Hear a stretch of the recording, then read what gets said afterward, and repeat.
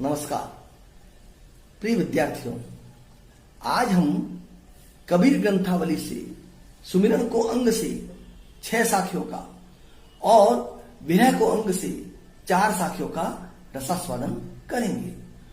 सुमिरन को अंग में कबीर ने प्रभु के नाम स्मरण की महत्ता प्रतिपादित की है। कबीर लिखते हैं, कबीर कहता जात हूं, सुनता है सब कोई, राम कहे भला होईगा, नहीं तर भला न होई।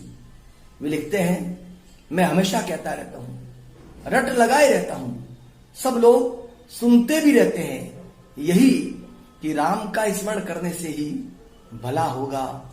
राम का स्मरण किए बिना साधक जीवात्मा का कभी भला नहीं हो सकता।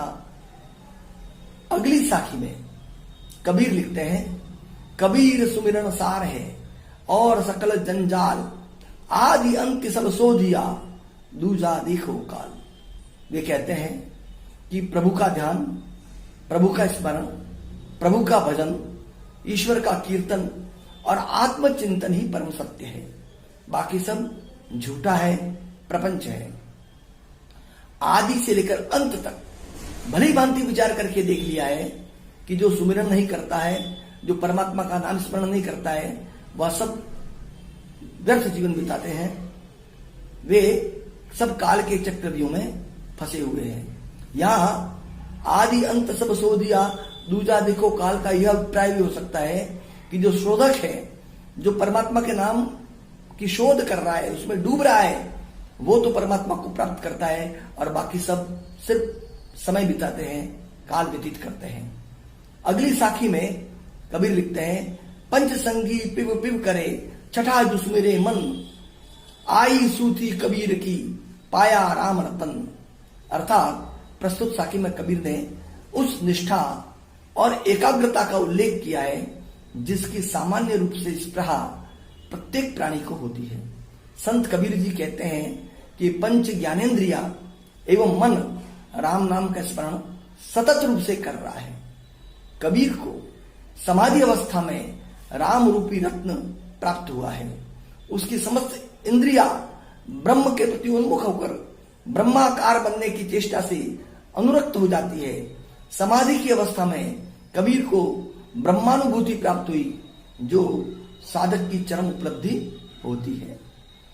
अगली पंक्तियों में, अगली साखी में कबीर लिखते हैं, तू तू करता तू भया, मुझ में रही न हूं, वारी फेरी बली गई, जित देखो तित तू।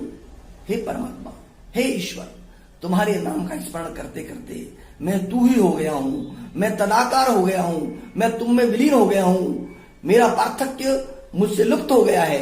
अब मेरे मन में सांसारिक वासना, ममता एवं तृष्णा नहीं है। व्यक्तित्व की भिन्नता अब किंचित भी शेष नहीं रही है। मैं तेरे अविनाशी नाम ज्ञान के ऊपर न्योछावर हूं। अब तो जिधर देखता हूं उधर तू ही तू दिखाई देता है। अगली साखी में कबीर लिखते हैं, लंबा मार्ग दूरी घर, विकट पंथ बहुमार, कहो संतो क्यों पाइए, दुर्लभ हरि दीदार। अर्थात रास्ता लंबा है, वह घर दूर है जहां की पहुंचना है। लंबा ही नहीं, विकट भी है, उबड़ खाबड़ भी है। और उस उबड़ खाबड़ मार्ग में कितने ही ठग, कितने ही बटमार वहां पीछे लग जाते हैं। हे संतो, बताओ हरि का दुर्लभ दीदार कैसे मिल सकता है।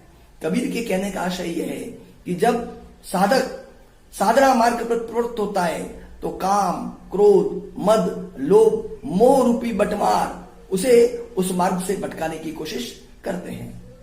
अगली साखी में कबीर कहते हैं, कबीर चित्त चमंकिया, चौदिस लागी लाई, हरि सुमरण हाथू घड़ा, बेगे ले बुझाई। कबीर कहते हैं, इस संसार में सर्वत्र विषय वासना रूपी आग लगी हुई है। उसके ताप से तेरा चित्त तप्त हो उठा है, परंतु हे भक्त, हे साधक, तू घबरा मत। प्रभु के स्मरण रूपी पावन जल से भरा हुआ वह घट तेरे हाथ में है। अर्थात तू प्रभु का स्मरण करने की स्थिति में है। उस घड़े से तू विषय वासना रूपी आग को शीघ्र ही अधीन कर ले, उस आग को बुझा ले। विषय वासनाएं जो तुझे खींच रही है, उन विषय वासनाओं से पृथक हो जा। प्रिय साहित्य सुधी श्रोताओं, विरह को अंग में कबीर ने विरह की महत्ता प्रतिपादित की है। कबीर ने विरह पर लिखा है, वे लिखते हैं, मुआ पीछे जिनी मिले कहे कबीर आराम, पाथर घाटा लोह सब तब पारस कौन है काम। कबीर ईश्वर से प्रार्थना करते हैं कि हे प्रभु, यदि आप मुझे दर्शन देना चाहते हैं तो मेरे जीवन काल में ही दीजिए, न कि मृत्यु के बाद। कबीर कहते हैं कि जिस प्रकार पत्थर से जब सारा लोहा समाप्त हो जाए तब पारस पत्थर के मिलने का क्या महत्व, क्या औचित्य। ऐसा माना जाता है कि पारस के संसर्ग में लोहा भी सोना बन जाता है, लेकिन किसी पत्थर में से उसका सारा लोहत्व समाप्त हो जाए, फिर अगर वो पत्थर किसी सोने के स्पर्श भी हो जाए, किसी पारस के स्पर्श भी हो जाए, तो वो सोना कैसे बन पाएगा, क्योंकि तब पारस पत्थर से सोना बनाने के लिए लोहा बचेगा ही नहीं। अगली साखी में कबीर लिखते हैं, विरह भुवंगम तन बसे मंत्र न लागे कोई, राम वियोगी ना जिवे तो बोरा हुई।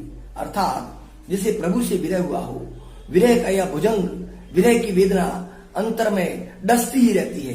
कोई भी मंत्र काम नहीं देता, किसी वस्तु में रस नहीं आता, कोई नहीं लुभाता, सिर्फ वियोग सताता रहता है। प्रभु का वियोगी जीवित नहीं रहता, और जीवित रह भी जाए तो वह पागल हो जाता है, वह बौरा जाता है। राम से जिसका विरह हो गया वो सारी दुनिया से कट जाता है। अगली साखी में कबीर लिखते हैं, सब रग तन तरबावतन विरह बजावे नित, और न कोई सुन सके के साई के चित्त। अर्थात ये पूरा शरीर रबाब बन गया है, सरोद बन गया है। प्रिय विद्यार्थियों, सरोद एक वाद्य होता है और एक एक नस तात हो गई है, तार हो गई है। जैसे तार वाद्य में तार बजता है, उसी प्रकार मेरी एक एक नस परमात्मा के नाम से बज रही है। इसका बजाने वाला वही विरह है। इसे या तो वह साई सुनता है या फिर विरह में डूबा हुआ ये चित्त सुनता है। अगली साखी में कबीर जी लिखते हैं, इस तन का दीवा करो बाती मेल्यू जीव, लोही सींचो तेल दियो कबुख देखो पीव। अर्थात मैं इस तन का दिया बना लूं जिसमें प्राणों की बत्ती हो, रक्त का एक एक कण तेल की जगह तिल तिल बलता रहे, जलता रहे। कितना अच्छा हो कि उस दिए में प्रियतम का मुखड़ा कभी दिखाई दे जाए। इस प्रकार से आज हमने सुमिरन को अंग से 6 साखियों का और विरह को अंग से 4 साखियों का अध्ययन किया।